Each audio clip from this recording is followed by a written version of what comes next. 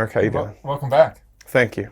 So, so your video, Wait, what the fuck? which I didn't expect any kind of Wait, this is not the same guy. Oh my god, it is the same guy. unusual response from, became like I think the most popular video in the last probably 12 months or almost 12 months of my channel, which tells me a lot about what some of my audience is into. Yeah. But tell me where you're at today. So last time you're a functional heroin addict. Right. You had a job. Yeah. Which, can be debated by people. So, and it's functional to an extent. Like I mentioned last time, the money issue is a big deal, and when the money runs out, it really sucks. And I guess That's not the big deal. That was what I was fucking mad about. That was the other reason why I was mad about it. It's like, first sentence, and he proved you right. Yeah, of course, dude. Of course I was fucking right. Fuck chat. I'm always right. I didn't emphasize that enough. That I was in a really good mood last time, which I'm in a good mood right now. But after watching the video and reading comments and stuff, I realized that maybe I should have been a little bit more explain a little bit more about the downsides of it, because it's obviously not all just happy-go-lucky, like everything's great all the time. So you've been through some rough times.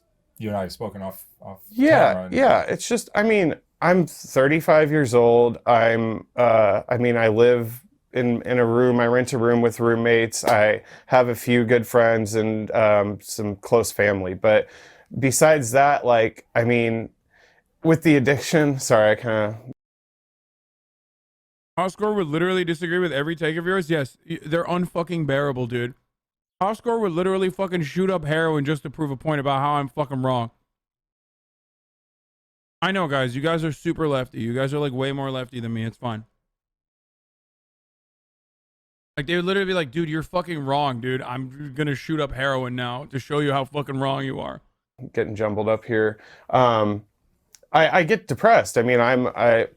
Since I was a teenager, I've had depression issues, but I've never gone to a doctor or got medication or anything. I've just never been that kind of person. I've always tried to just deal with things on my own and ironically didn't want to be on prescribed drugs, which, I eventually got into legal drugs, which, but yeah, there's been times recently where I've been depressed. When the stuff runs out and you start to experience withdrawals, it generally takes about 12 hours for it to set in.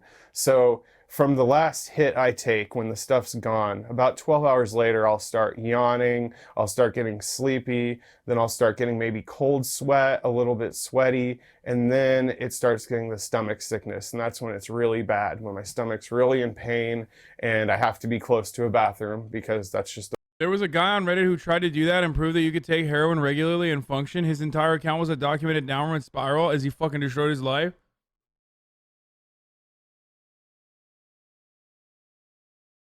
That is the most Reddit thing you can do, bro. I swear to God.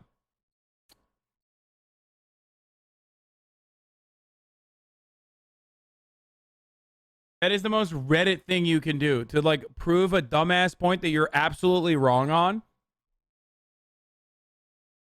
I can't believe it. I can't believe a Hoscord guy was on Reddit before he was ever in the Hoscord. The way it goes with withdrawals.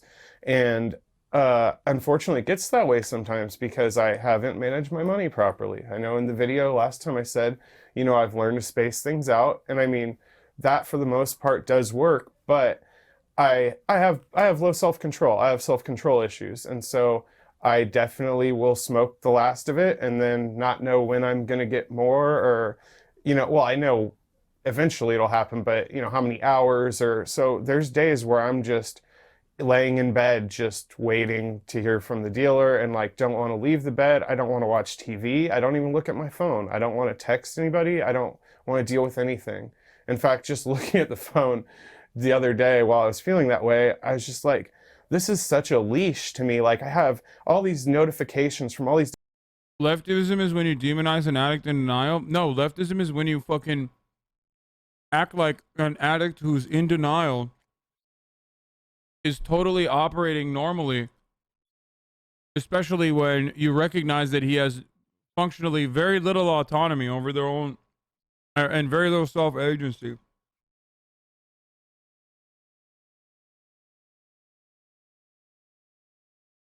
Totally, dude.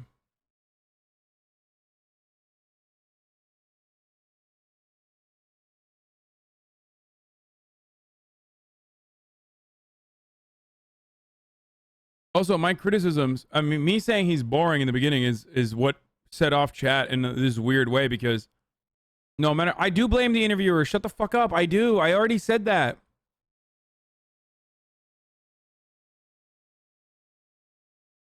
But you guys also baby people to the degree where it's like, dude, he obviously has enough fucking autonomy and decency to recognize his mistakes from the previous fucking video that he shot, that he came back to literally say, I'm sorry, I feel terrible. I made it seem like it was totally poggers to fucking do heroin. And there's motherfuckers in the chat still like, no, you're wrong.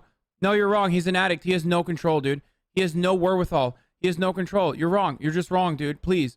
It's literally the same guy who opened up by being like, he might as well have said, Hasan Piker of twitch.tv/Hasanabi was completely right in his criticisms of my previous video. Like, he might as well have started off like that, and you guys still be like, dude, you're fucking so stupid. You're dumb. He has no control. He has no control, dude. Leftists love infantilizing every single human being, dude. Always. Nonstop.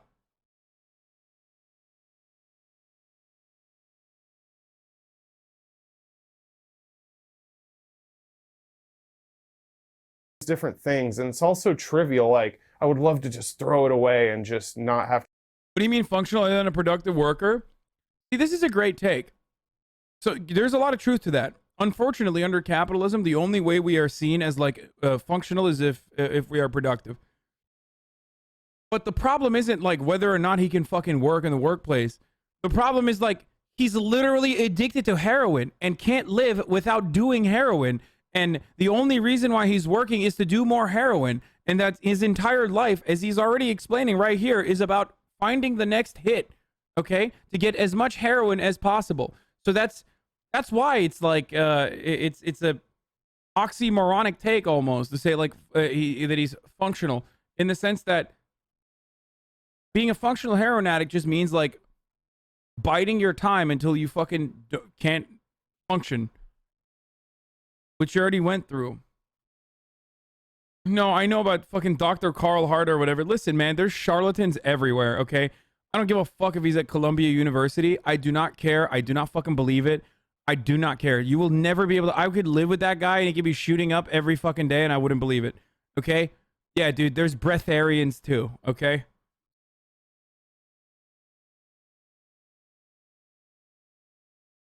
I hate that. Like, I hate that fucking...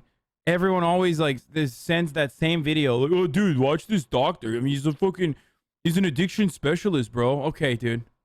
Have to deal with it. Like, I can just imagine, like, you know, if I lived 20, 30 years ago, which, you know, people said it looked like I was from the 60s or 70s, maybe it would have been better off. Maybe I would have been better off then. I don't know. But, you know, here I am now. But, yes, I definitely get depressed. I get the withdrawals. Usually I can get it taken care of within a few hours. So I'm able to smoke some and then I feel great again and I can go walk, work, do whatever, clean my room.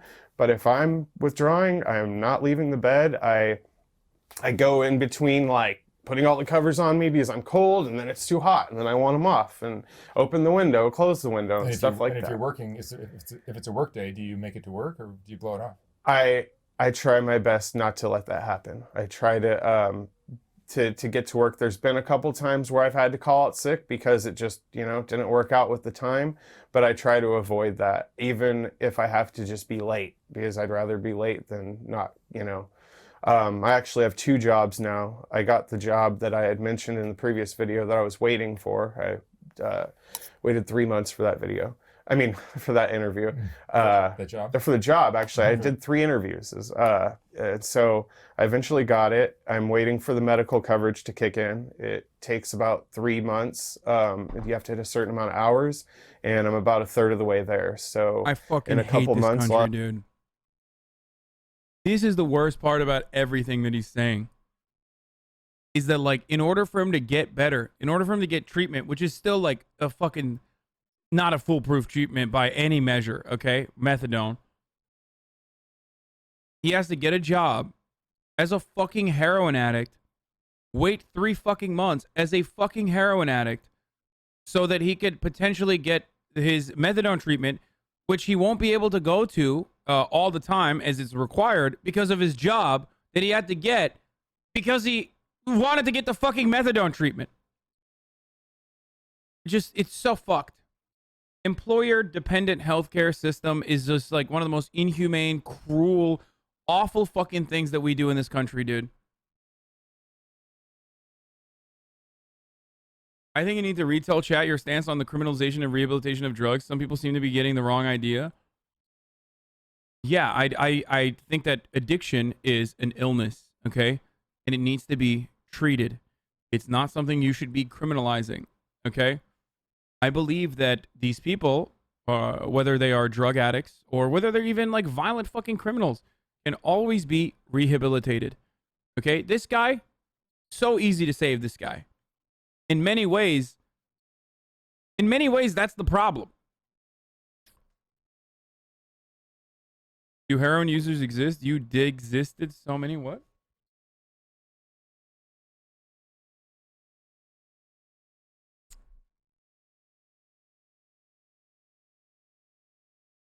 Not everybody needs to be treated. If they want to be addicts, let them as long as they aren't harming others.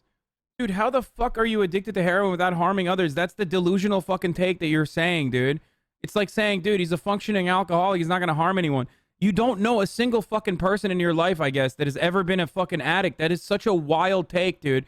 There is no such thing as someone who's like a fucking not harming others as they are literally like addicted to heroin or alcohol or anything for that matter, okay?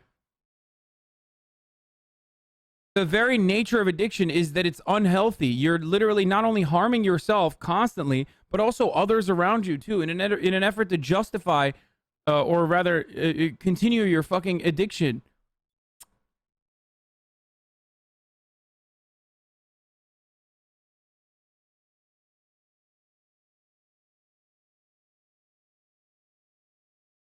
Like, this motherfucker's literally talking about how when he comes down, which by the way is more frequent now than the way he was describing it a couple years ago when he did that original interview. Now he's way more frequently fucking, having to come down and not having enough. A couple months. Wait, what? Shut the fuck up. No, what year is this? 2021? Oh my God. Oh my God, this is a couple months. Oh my God, this is 5 months, dude. Oh my fucking God, dude. Chat, shut the fuck up, okay? That's all I'm gonna say. I thought this was like a 3-year difference, dude.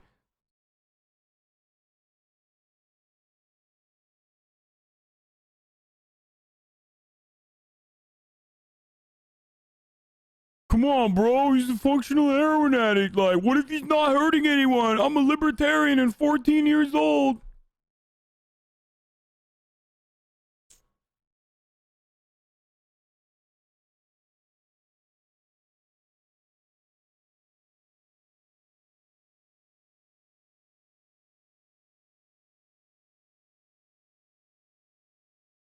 This is the same guy fucking between February and June, dude. Okay, that's 4 months.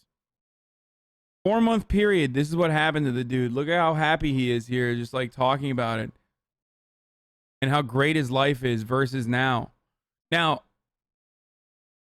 the other problem is like that the cycle has accelerated. The way I talk about addiction in my experience, from my personal experience, you want to know? You want to know how I feel addiction is like? I've tried to analogize this before. I tried to talk about this before in the past, but addiction, when you're a fucking addict, is like the difference between the time period between the first sip and the terminal fucking velocity sip, okay? If it's alcohol or cigarettes, cigarettes, let's say 1 pack a day is the bad amount, okay? Let's say 1 pack a day is, for me, I'm just explaining my experience with addiction. Let's say 1 pack a day of cigarettes is really bad. Like, it's really fucked up, okay? The difference between like the how addiction works is the difference between your first cigarette that you smoke and your second one getting shorter and shorter and smaller every time you relapse. And when you get to a certain point in your addiction, the difference between like the time frame in between you smoking 1 cigarette to smoking an entire pack, it's shorter and shorter and shorter and shorter every single time you relapse. Okay? That's how it works. You start out with 1 cigarette. The second time you ever smoke a cigarette, because you look cool, you think you look cool. The second time you ever smoke a cigarette is months later. And then you start smoking when you're drinking and alcoholic, or not alcoholic, like in situations where like you're social drinking, so you're socially smoking because you think it's cool. It makes you feel good. Nicotine gives you a massive rush. Okay? And then before you know it, you're like, well, maybe I should just stop bumming off people. I should buy a pack myself. Okay? For a lot of you, this is exactly how you started. This is exactly what your experience is. Then you're like, I should buy a pack myself. I'm sick and tired of bumming off people. It's fucked up.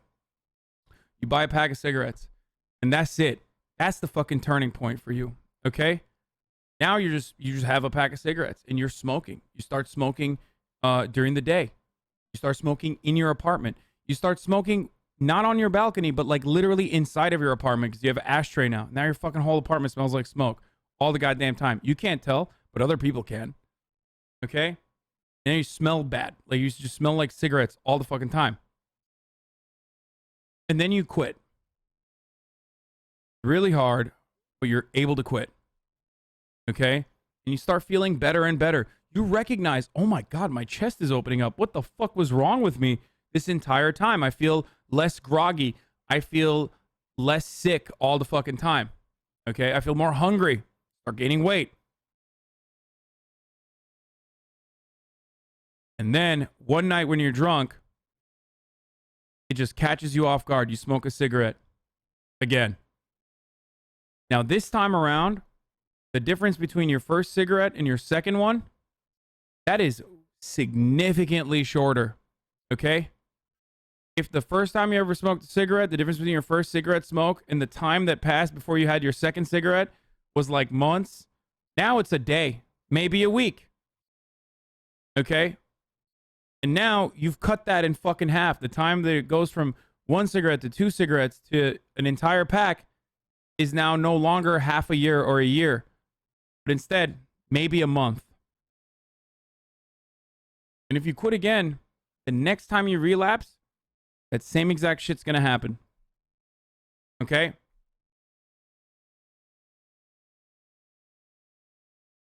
Now, of course, yes, as Baked F8 is describing it or writing in the chat, everyone's experience is different. Some people just literally are not addicted. I don't know how the fuck they do it.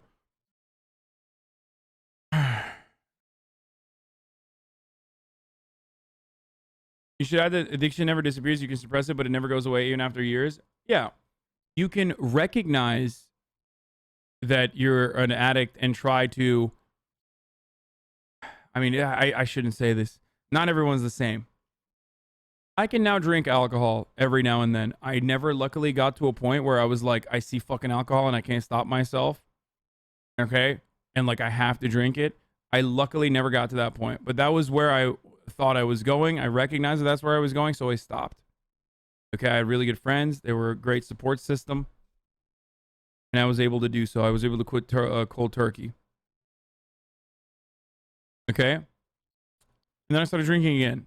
And even nowadays, like, when I drink, you know, I just want to drink more. Like, I want to drink. When I start, it's like hard to stop. Just the way it is. So I feel like it'll always, it's a weight I will carry with me everywhere I go. No matter what. And it got to that point because I let it get to that point when I was younger. A lot of bad drinking culture here in America. It's not good.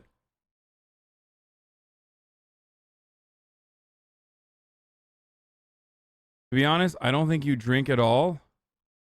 No, I haven't drank any alcohol since, I think, for the past 2 weeks. But that's only because I'm cutting. It's not because of, like, you know, I've had, like, a problem with it at all.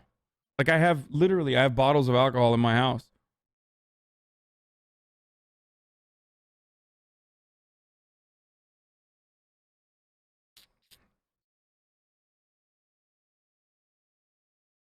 Anyway.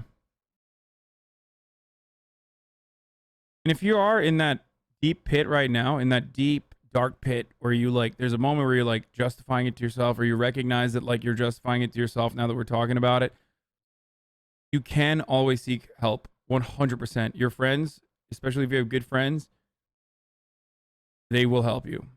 And you need them.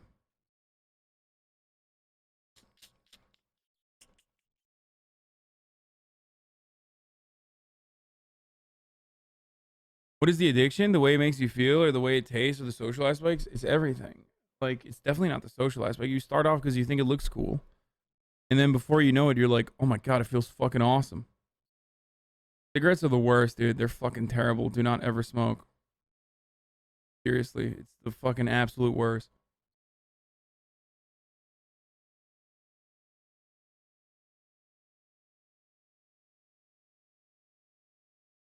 Quit smoking cigarettes after going on 10 plus years with a few years of smoking a pack a day, and I'm lucky enough to somehow have cut it out of my life with zero interest in smoking ever again.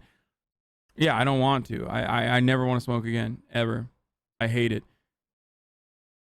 The part of the hardest things with smoking is that, like, when you first quit, you're around it, you see it all the time, and you're just like, I want it so bad.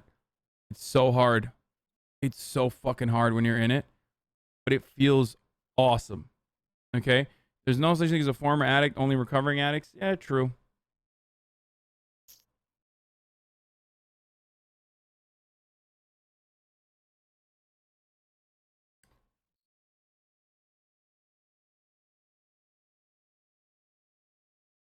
It's so awesome. The best. I have medical coverage. I'm gonna go look into, see what the best solution for me is to get off this, because I don't have the luxury to just disappear from my life and go somewhere. I'd love to just say forget it, but it's like, where does all my stuff go? Who pays the rent? Or what do I... So I got to figure all that out. It would... Ideal situation. I mean, seeing Amanda's video and that entire thing... Sorry. That was really, that impacted me a lot. And I think it impacted a lot of people, and a lot of people really cared about her. And she was a really sweet person, and it was really sad, what happened to her, but seemed like on such a great path. And watching the videos that, Lima had posted of her in the rehab, she seemed so happy. And, I was like, God, I'd love to, get away and do something like that, because, I mean, what you've said and what Lima said is the rehab process of going somewhere for 30 days, which I also mentioned in the That's what the fuck happens when you're addicted. last video, that, if I could disappear for 30 days, that would help. It's like people said, it's not enough, a year is obviously ideal, but most people don't have that luxury, of disappearing for a year. But when you're in dire circumstances like she was, then there's really no other solution. I mean, this is 8 years now that I've been addicted to opiates.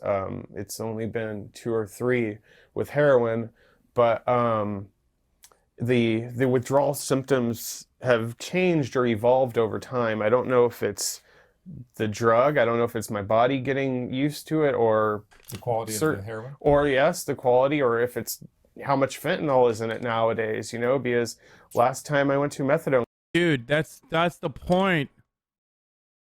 We are incredibly adaptable, dude. Our tolerance just builds, dude. That's what it is. That's what I was pointing to, and I was trying to get you guys to recognize it. That's the reason why he fucking he runs out of heroin more frequently now than he did before in the original video 3 months or 4 months ago, when he was talking about it, he was like able to cycle it. Okay? He was able to cycle it because he had not developed the same level of tolerance. Now he's talking about how frequently he fucking runs out of heroin. That's how it works. You develop tolerance. You build tolerance, and then you need more. You need higher and higher doses. Clinic, and they tested me for drugs. They showed me this and this is in your system, and at the very bottom they said fentanyl, and so I'm not seeking out fentanyl, so it's in the heroin. But yes, I'd like to get away and start over fresh and be removed from society where I mean, my mind, it races sometimes, and I'm just like, I probably have ADD or ADHD or whatever, because I just can't, I'm not content with just sitting down and watching TV and watching a movie. That's why I love watching movies at home, because I can pause it and I can do whatever the hell I want. When I'm in a theater, like, I went and saw a movie a couple weeks ago. I had to go to the bathroom a few times, and I'm like rushing to take a few hits. Sorry to pause this. Someone asked tips on quitting smoking when your friends are smoking. Dude, nicotine gum, dude. It's a fucking godsend. I promise. I mean, I still chew. I like nicotine. Nicotine on its own is like, I mean, you can still get mouth cancer, I think, from chewing. But nicotine gum is so fucking good, dude. Make a habit out of it. Make a habit out of it. Just like, you know how you love smoking a cigarette after fucking eating food? Or after sex? Or in the morning?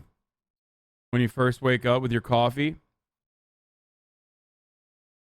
Nicotine gum instead. Slowly but surely, you will build a habit out of it. In a similar capacity.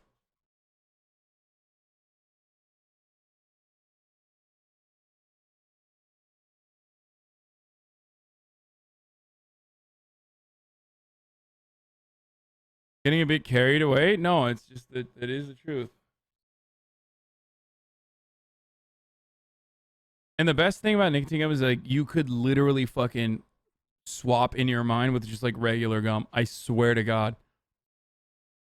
Like just you will be a gum chewer for the rest of your life, but you can literally fucking swap it out. It's so weird. I would never suggest vaping. I think it's like, oh.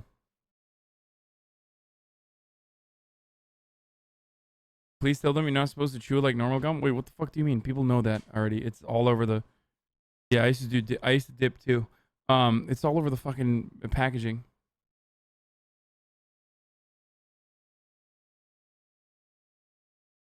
But see, man, you're doing exactly what it is. Explain your addiction away in a rational way to cope with your daily existence. Dude, that's heroin, dude.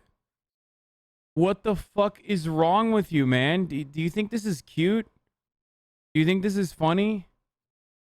Like, do you consider this to be like a funny, cute little thing?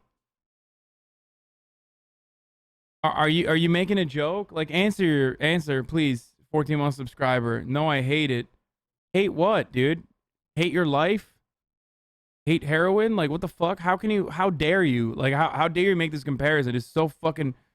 I'm in recovery? Okay, then what the fuck are you doing?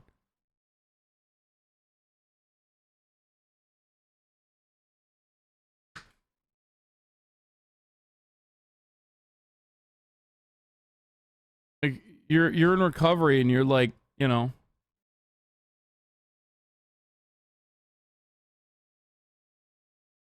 Anyway, congratulations. It's good. It's tough. It's a tough process, but it's good.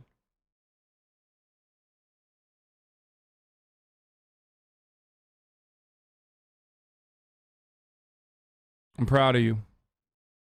I mean, you're an idiot in the chat sometimes, but still proud of you.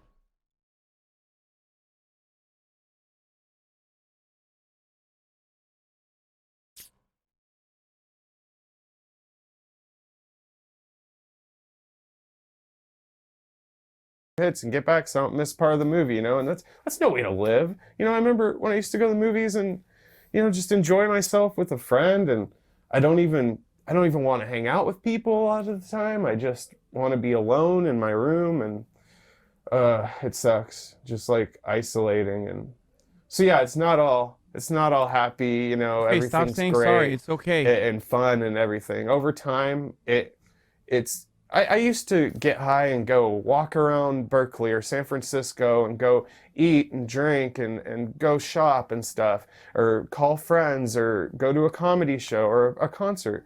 And I mean, also with COVID in the past year, that's kind of affected things as well. So I feel like the combination of COVID and me kind of just getting a little bit deeper into addiction, I feel like it's just, I don't do anything really. I work and I sit at home, and sometimes I'll go out to eat with a friend or family member, but it's pretty rare. So I don't mean for this to be some sob story or anything. I'm just trying to be honest, you know, not that I wasn't honest last time. I feel like it seemed like I sugarcoated it, although I wasn't intentionally or consciously doing it. It's just I was in a good mood, and it was the first interview, and I was, yeah. He's still justifying it, dude. Which makes sense. But just happy. But since that first interview, you and I have spoken on the phone a couple times. Yeah. And you were, I think, you know, you had thoughts of suicide and things Yeah, like that. no, So the depression gets pretty heavy. Since I was a teenager, I've had thoughts of that. And I mean, God, when I was 14 years old, I mean, I was like sitting there in the classroom, like blasting Slipknot in my headphones and like Marilyn Manson and shit, like being depressed. But that, you know, looking back, that was so trivial as a 14-year-old to feel that way and not be enjoying life. But you don't know that at that time, you know, you learn later.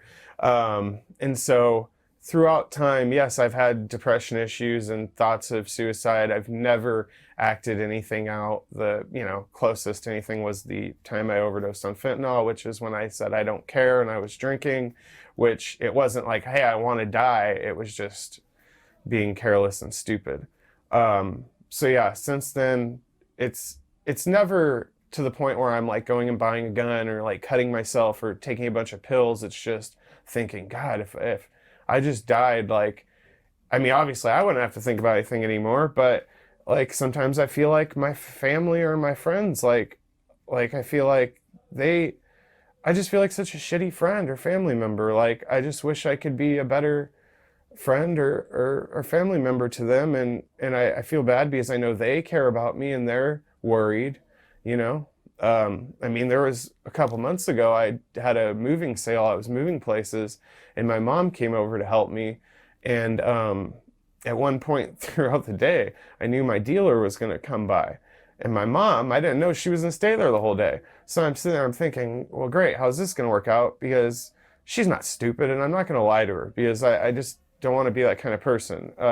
And so I told her, I said, you know, this is what's happening. And she said, you know, I know that's what you do. So whatever, just go ahead and do it. And she just went over to the car while he came, and he's like, I feel bad doing this in front of your mom. And I'm like, this is such a fucking weird situation, you know, like, I mean, because people's idea of, you know, heroin addiction stuff is that people are out on the streets and, you know, nodding off and, you know, but here I am at a moving sale. My mom's helping me and I'm like doing this transaction like civilly and going, you know, hiding in the bathroom. And I don't know, it's a weird life to live and I don't want to live it anymore. I want to get help. I just have to wait for the medical coverage. Bro, the fucking dealer felt bad, bro.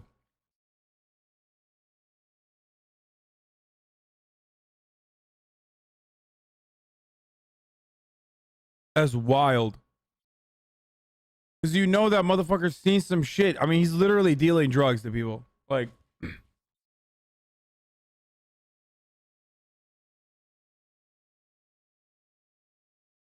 we do have an employee assistance program at my job that has like free counseling. And I just got that number the other day. So I was going to call it just to see if they can do anything, you know, before I have medical coverage.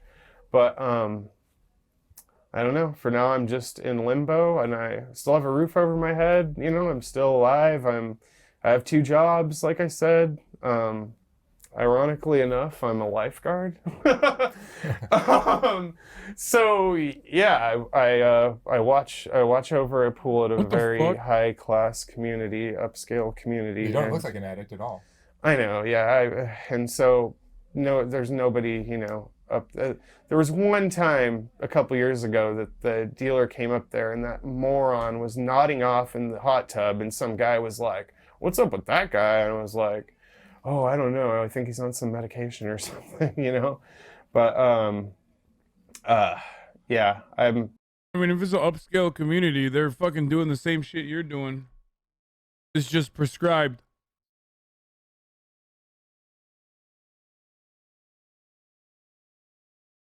Which is also bad, by the way, for the record. That doesn't make it okay. But that's how so many people get to his position. Like, rich white wine moms, fucking Xanax. I'm still functioning. That was another thing, you know, it's a debate of how functional somebody is, if they're functional, or if that's even the right term to use. I don't know. I don't care. All I know is that I'm doing my best and I'm staying true to myself the best I can. I try not to lie to people, even when it comes to, like I said, my mom. Like, I'm going to be honest with her. I don't steal. I know somebody said on the comments, somebody better find out where he works, notify his job, because he's probably stealing to fund his habit. No, that's not the case. And you didn't lose your job from the video? No. No. I actually showed some people at the job, and their minds were blown. And, it's interesting to me how, like, if I do a stripper interview or 3, as I did recently from my trip to Tampa, now I got dozens and dozens of strippers around the country that want me to come and do interviews with them. And that happens with swingers or nudists or Appalachians or whatever I end up interviewing. But with your video... Swingers, nudists, Appalachians, dude. That's awesome. I love that Appalachians get their own entire category. He means the inbred family, right? That's what he's talking about.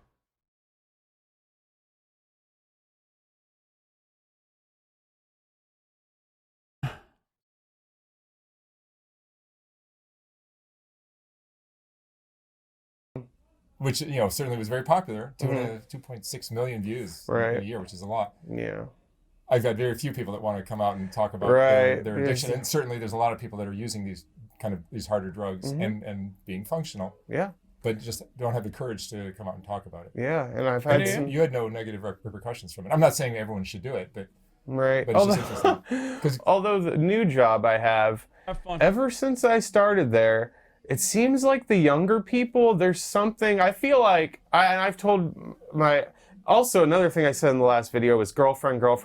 She's not my girlfriend. I just said it because it's easier than explaining the whole thing. She broke up with me in September. We still talk every day. We have every intention of being together eventually. I just have to get clean, and I am not going to do that to her to make her deal with that, in a relationship. So... hold on one second. What the fuck? So what the fuck was that in the background? You guys heard that yo?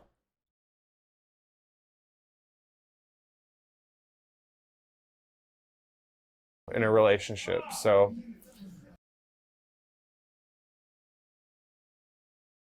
hold on one second. Deal with that, in a relationship. So hold on one second.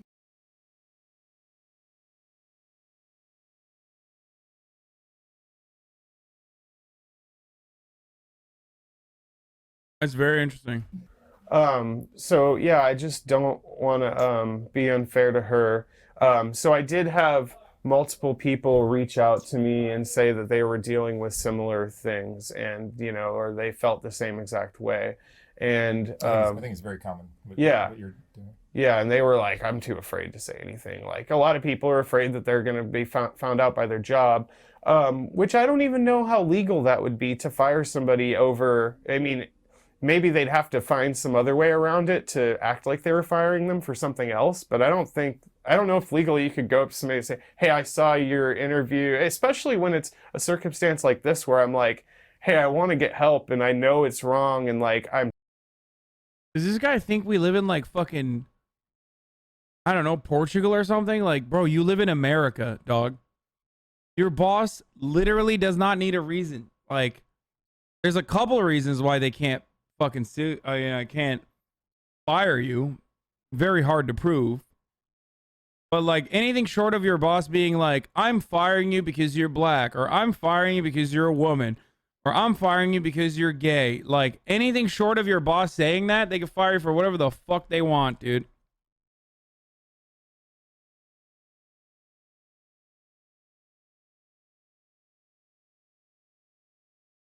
I mean, he's none of those things, but still.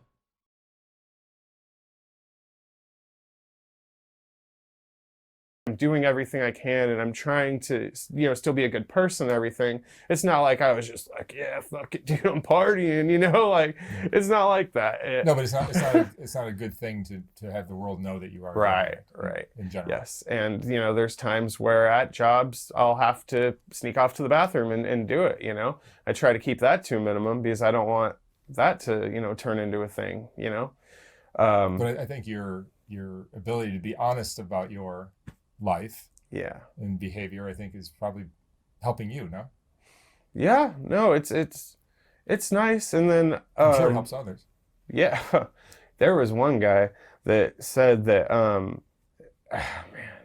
mean, I don't know how much of the story he gave me or whatever, but I guess him and his wife were having some problems, and he had 2 young daughters, and he was gonna hang himself, and then he saw the video, and I don't know what about me or the video made him feel they didn't want to do that, but that's what happened. And so that's what he said, and he messaged me on Instagram and thanked me, and you know, tells me about his life here and there, and I just feel bad because I just feel like I don't know like the right things to say, or like if I could help him more, or you know. So no, I think just sharing your story that's doing your part.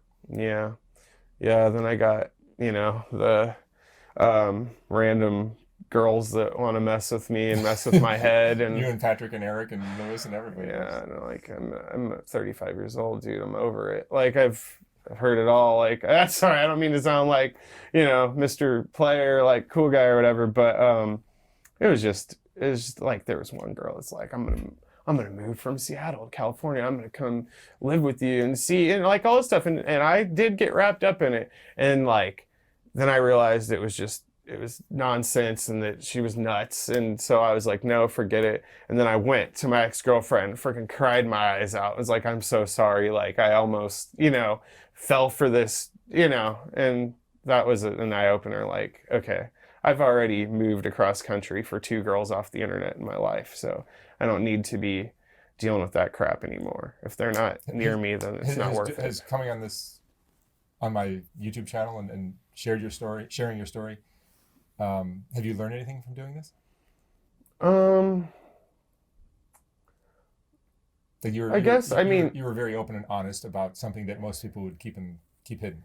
Yeah, I mean, I don't know if it was because I guess just overall the video and then everything else in my life, and just, you know, people saying like, oh, if his job finds out, or like this or that about his life, it made me just think about everything as a whole and just remember that I need to be careful with how I act, what I do, like going to the bathroom or being late, or just you can never get too comfortable with it, being an addict. You always have to be on your toes and remember that it's not socially acceptable. People aren't going to get it. They're not going to want to get it. And you can talk till you're blue in the face to some people and they're not going to care. So it's just, I just got to keep it under wraps the best I can as I'm doing another video. But I feel like it doesn't, if it has gotten to the people that it would bother, they haven't reacted or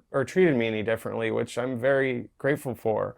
But you're doing a good job at work, and you're... Yeah, no, I the only thing is, and it's totally trivial, is having the 2 jobs, the schedule started to conflict. And so I was trying to like leave one early one day and then be late to one the next day, or vice versa, kind of split it up. And neither would work with me. And so it's like, I'm trying not to have anybody know I'm a heroin addict, but at the same time, I'm trying to just have a normal schedule as a human without the drug thing.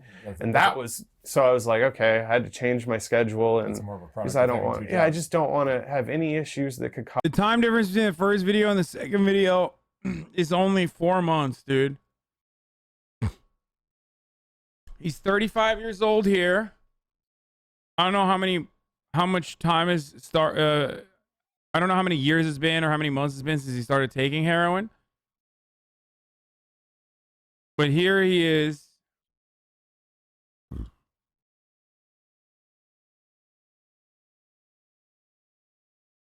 $35 years old. 8 years of opiates, 2 to 3 years of heroin at this point. This is 3 months in.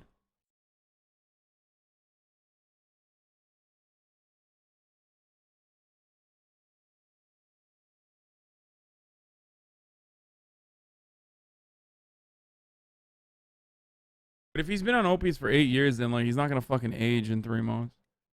Cause any for somebody to say, hey, we know what's going on with you, and that's probably why you're late, or and then I don't want to deal with that. So from here, you're hoping that maybe you'll find a way to get clean? Yeah, definitely, 100%. I just think would you recommend this lifestyle for anyone? No, I wouldn't, because like I said, the withdrawals are terrible, and it's just that it's like your body is a ticking time bomb. You're just it's inevitable. There's not going to be a way that one day you're going to wake up and escape it or find some way to easily wean off of it. Because there's been times where even I have done that. I've gradually lowered my usage, and then like once the withdrawals hit, just take the tiniest hit and then ease into it a little bit better. But then once you get past it and the stuff's gone, your body and your mind, it's instantly, oh God, that would sound so great. And I'd feel so much better. Like, yeah, even I got over the shitty part of the... Hasanabi says he doesn't acknowledge his own addiction. Bro, he's literally doing this follow-up interview originally in fucking tears because he said he made it seem like it was a trivial thing in the first video. Shut the fuck up. This is the good video that we're watching because he felt like the previous video that he made, the previous interview that he made was literally like, don't lie.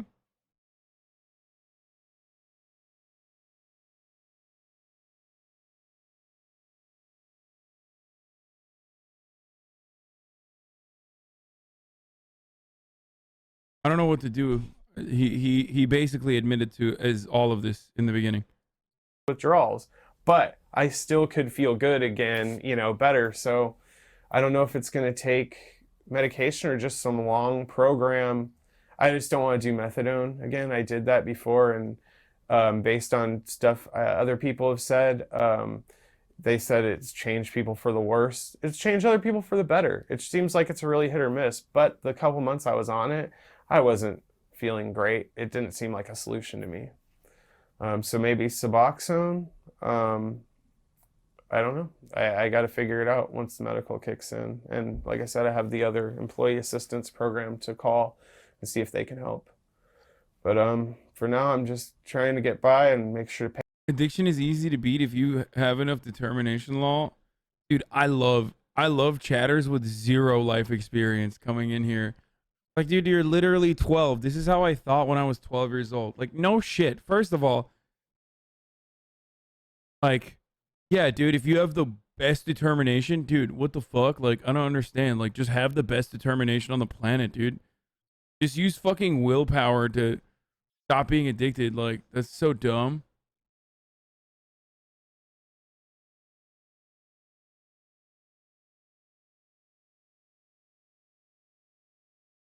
It's literally the worst thing, dude. It is.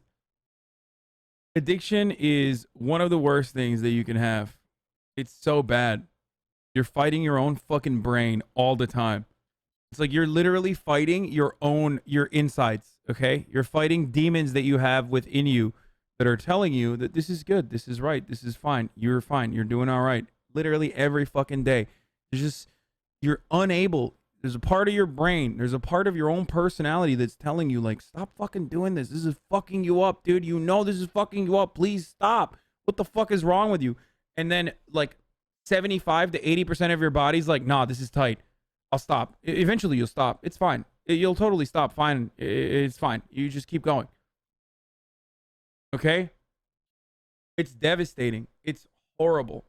It's the fucking worst, dude. And luckily, a lot of you have no experience with it. So It's not bad.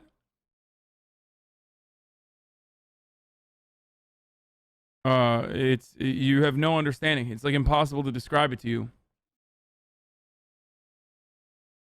And then on top of that, it's top of the hour. So you have to watch a 6-second ad break.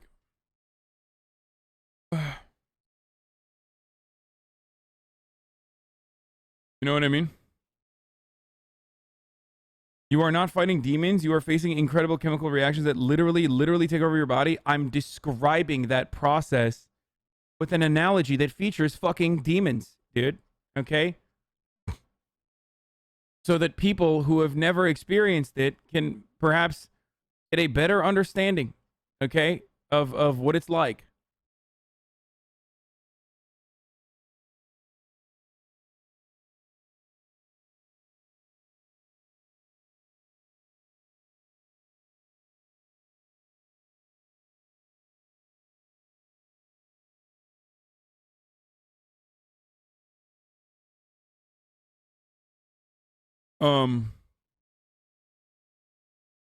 Chatters think because they stopped masturbating 1 November, that means they can beat heroin. Yeah. Bro, addicted to heroin, dude? Just quit. It's like, oh, hey, wait, I'm sorry. Are you addicted to heroin? Just quit. I don't get it. Why don't you just, have you tried quitting heroin? Just fucking have determination, dude. What the fuck? Sigma grindset, baby. Heroin millionaire mindset. Psh, cold turkey. Withdrawal symptoms? I don't want to look it up. I don't know what that is. Could I literally die if I quit cold turkey on some things like benzos? Fuck it. Who cares? I quit masturbating for an entire month. So, you can do that too. You know, with the other stuff. Nowhere near as devastating as a masturbation addiction. You joke, but I've heard that sort of thing more than once. Of course, dude, because people are fucking stupid.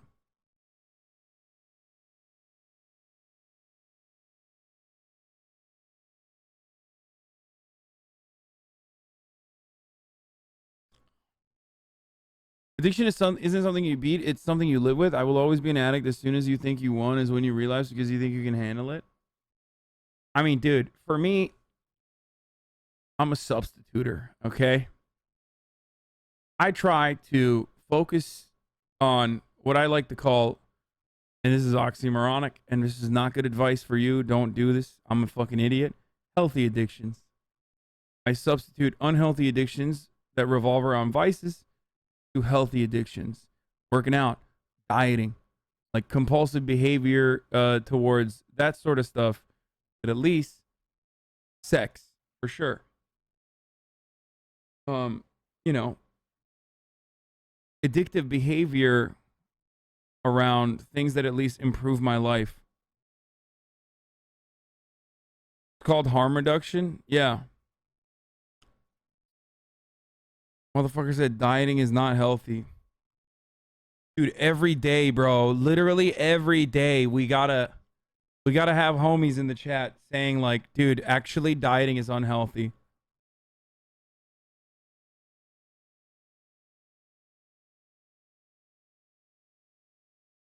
You'll always be an addict. It's a very harmful view, and there's no way to prove that it's going to demotivate a lot of people from recovering. I mean, dude. You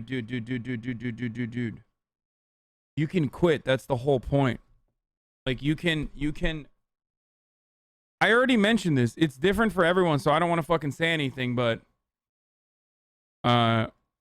it's different for everybody. But like, I can drink.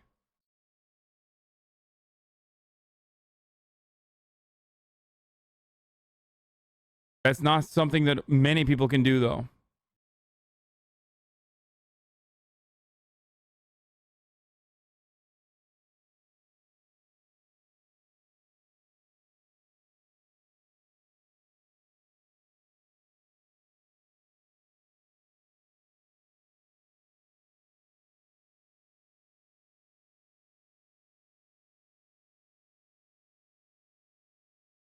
That's the difference. That's why you're not an addict.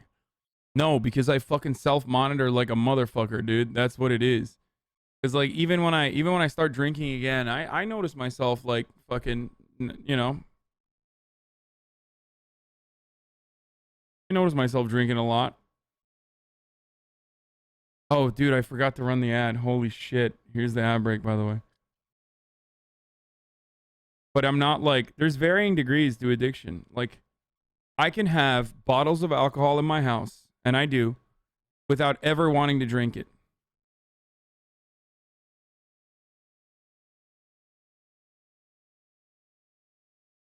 Let me finish this video. I'm not at that level. When it comes to fucking pastries and shit, though, I can't. If I have it at my house, I'm gonna eat it. Pay rent and pay bills and eat.